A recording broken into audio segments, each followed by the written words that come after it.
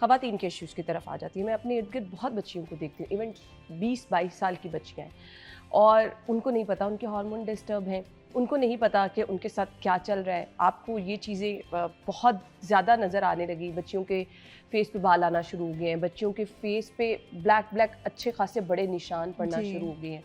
फिर बहुत ज़्यादा ओबेसिटी, और ख़ास तौर पे पेट के निचले हिस्से में बहुत ज़्यादा मोटापा आना शुरू हो गया है। अब हम समझते हैं कि ये चीज़ें नॉर्मल हैं, लेकिन जब आप 25-26 साल में जाते हैं, आपको पीरियड्स इरेगुलर होना शुरू होते हैं, और फिर पता चलना शुरू होता है ये तो बहुत पुराना मसला चल रहा था जिसको हम इग्नोर कर रहे थे। ये हमारी डाइट के साथ लिंक है?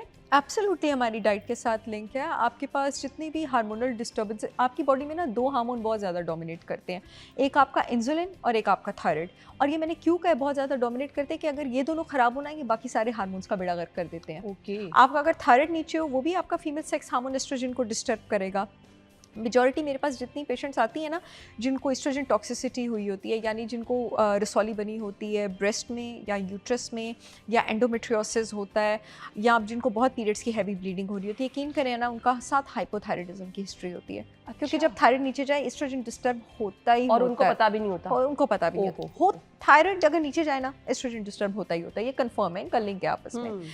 अच्छा, दूसरा आपके पास जो इंसुलिन है, अगर आपके पास इंसुलिन ऊपर जाएगा तो आपके पास टेस्टोस्टेरोन ऊपर जाएगा ही जाएगा। अब टेस्टोस्टेरोन मेल सेक्स हार्मोन सिर्फ मर्दों में नहीं होता, औरतों में भी होता है, कम अमाउंट में होता है। अल्लाह ताला ने उसको एक लगाम दे के रखा होता है। जब इंसुलिन ऊपर जाता है ना, टेस्टोस्टेरोन की लगाम निकल जाती है, और जब उसकी लगाम निकल जाएगी, मेल हार्मोन औरत में ऊपर जाएगा, वो भी आपके एस्ट्रोजन टेस्टोस्टेरोन के रेशियोज डिस्टर्ब करेगा। तो इंसुलिन ऊपर जाने की तो सबसे बड़ी वजह ही आपके पास ये जंक फूड है और ये कार्ब्स हैं।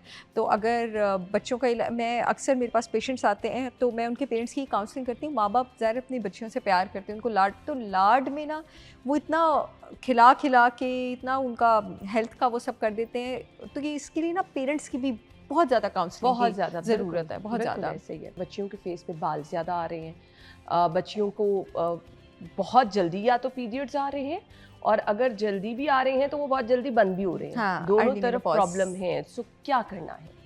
देखिए, लाइफस्टाइल ठीक करने के साथ, अपनी स्लीप हाइजीन ठीक करने के साथ, डाइटरी हैबिट्स ठीक करने के साथ बहुत ज़रूरी है कि आप अपने विटामिन डी लेवल्स का भी ख्याल रखें, आप अपने मैग्नीशियम लेवल्स का भी ख्याल रखें। अगर आप अबव 25 है, it is not bad to take a few supplements, it is not bad to take few जड़ी बूटियाँ जो कि आपको हेल्प कर सकती हैं। अच्छा। बहुत बिल्कुल, जैसे शतावरी है, उसके कोई साइड इफ़ेक्ट्स नहीं है। शतावरी पे एक बार मैंने पहले भी बात की थी, आयुर्वेदा की जड़ी बूटी है जो 13 साल की उम्र से लेकर 80 साल की उम्र तक की हर औरत को यूज़ करनी चाहिए। और अगर आप अपनी बच्चियों को शतावरी यूज़ करवाना छोड़ दें, यूज़ करवाना शुरू कर देना, और साथ उनका लाइफस्टाइल अच्छा रखें, हो सकता है उनको कभी कोई प्रॉब्लम हो ही ना। मेरी तो इतनी सारी पेशेंट्स ने शतावरी लेके कंसीव की है, या शतावरी लेने से इसके बहुत सारे फ़ायदे हैं। आपको ब्रेस्ट मिल्क ज़्यादा अच्छा आता है, पीसीओएस की मैनेजमेंट के लिए आपके पास बहुत ज़्यादा अच्छी है। अगर आपकी बॉडी में एस्ट्रोजन लेवल्स टॉक्सिक होते हैं ना, ये बड़ी ज़बरदस्त जड़ी बूटी है शतावरी, तो वो उसको नीचे ले जाके नॉर्मल कर देती है, और अगर नीचे होते हैं ना तो वो उसको ऊपर ले जाती है। अच्छा। बड़ी ज़बरदस्त। इस तरह अश्वगंधा आपके पास एक हर्ब है, लिमिटेड। शतावरी का तो आप फॉरएवर इस्तेमाल कर सकते हैं ना, अश्वगंधा का आप लिमिटेड टाइम के लिए इस्तेमाल कर सकते हैं। तुलसी आपके पास बड़ी ज़बरदस्त एडेप्टोजेनिक हर्ब भी है, हार्मोन को बैलेंस करने वाली हर्ब भी है। बहुत सारे हमारे पास ग्रीन पाउडर्स होते हैं, हमारे पास आंवला होता है, हमारे पास करेला होता है। स्वांजना को world health organisation super food कहती है, औरतों के हार्मोन बैलेंस करने में ये हेल्प करता है। जब आप अपने हेल्दी लाइफस्टाइल की तरफ जा रहे हैं ना, आप साथ कुछ सप्लीमेंटल सपोर्ट भी ले सकते हैं। आपके पास है ना नेटल रूट और लीफ, अब पाकिस्तान में बड़ा इजीली अवेलेबल हर्ब है, इसकी आप चाय इस्तेमाल कर सकते हैं। स्पेयरमिंट आपके पास, ये मुंह के बालों वाली जितनी मेरी पेशेंट्स आती हैं उनको मैं स्पेयरमिंट टी आपके पास, ये मैं आपको अल्लाह की बनाई जड़ी बूटियाँ बता रही हूँ, और जो पाकिस्तान में इजीली अवेलेबल है इतनी अच्छी कंपनियों की। स्पेयरमिंट आपके पास, गुलाब के पत्तों की चाय आपके पास, कैमोमाइल आपके पास, ये सब अब पाकिस्तान में अवेलेबल है और सस्ती हैं ये चीज़ें। हिबिस्कस आपके पास, ये सारी चीज़ें आपके पास हार्मोन्स को लेवल करने में हेल्प करती है। विटामिन डी के लेवल्स का ख्याल करें। मैग्नीशियम सप्लीमेंट लेना, मैग्नीशियम कोई दवाई नहीं है, अगर आपको मैग्नीशियम सप्लीमेंट रोज़ लेना पड़ता है कोई बात नहीं, लें। विटामिन ई लेवल्स का ख्याल रखें। आपकी जो सेक्स हार्मोन है, सेक्स हार्मोन की जो स्टिमुलेशन आती है पिट्यूटरी ग्लैंड से आती है। पिट्यूटरी ग्लैंड से जो 2 प्री हार्मोन उसकी स्टिमुलेशन करते हैं, एलएच और एफएसएच। अक्सर अगर आपने अपनी हार्मोनल प्रोफाइल कराई होगी, आप उसमें देखते होंगे एलएच एफएसएच लेवल्स लिखे होते हैं, ल्यूटिनाइजिंग और follicle stimulating hormone. Vitamin E के लेवल्स अगर अच्छे ना हो, जिंक के लेवल्स अगर अच्छे ना हो, एलएच और एफएसएच यहाँ से ठीक निकलता ही नहीं, आपका एस्ट्रोजन ठीक नहीं निकलता। जिंक की कमी इतनी बड़ी रीज़न है औरतों की ड्राई स्किन की, एक्नी की, टेस्टोस्टेरोन हाई होने की।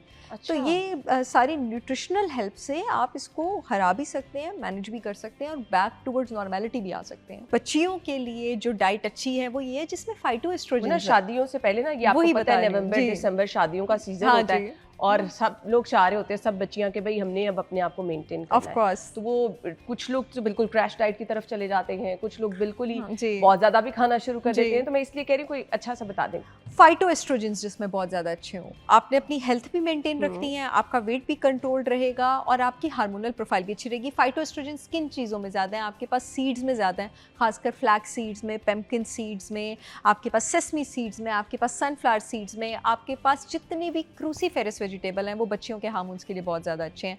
जैसे गोभी हो गई, जैसे लेटिस हो गया, स्पिनिच हो गया, केल हो गया, कॉलीफ्लावर हो गया, ब्रोकली अगर आप ले सकती हैं। तो फलों में अगर मैं बात करूँ, सबसे ज़्यादा फाइटोएस्ट्रोजन अनार में है और बेरीज में है और सिट्रस में है, बच्चियों के लिए बहुत ज़्यादा अच्छा है। आप अपनी फर्टिलिटी और हार्मोन्स अच्छे करना चाहती हैं, सब बच्चियाँ ओमेगा 3 हाई वाली डाइट होनी चाहिए। फैटी फिश लें आप, अंडे की जर्दियाँ लें आप, देसी घी लें आप। ये जो हम कहते हैं ना बच्चियों को फॉलिक एसिड शादी से पहले स्टार्ट कर देना चाहिए, तो फॉलिक एसिड वाकई बहुत हेल्प करता है फर्टिलिटी में? करना चाहिए, बहुत अच्छी बात है। फॉलिक एसिड शुरू में इससे आपको लेना चाहिए क्योंकि जो बच्चे की न्यूरल ट्यूब होती है ना वो पहले 3 महीने में बनती है और न्यूरल ट्यूब बनने के लिए फॉलिक एसिड विटामिन B9 चाहिए होता है। अगर उसकी कमी हो ना तो न्यूरल ट्यूब डिफेक्ट आ जाता है। इसलिए कंसीव करने की प्लानिंग से भी 3 महीना पहले आपको फॉलिक एसिड लेना शुरू कर देना चाहिए। फॉलिक एसिड के जो नेचुरल सोर्सेज हैं वो आपके पास ग्रीन लीफी वेजिटेबल और गोश्त हैं, बट स्टिल फॉलिक एसिड का सप्लीमेंट थोड़ी देर ले लेना चाहिए अगर आप कंसीव करना चाह रहे हैं। ओके,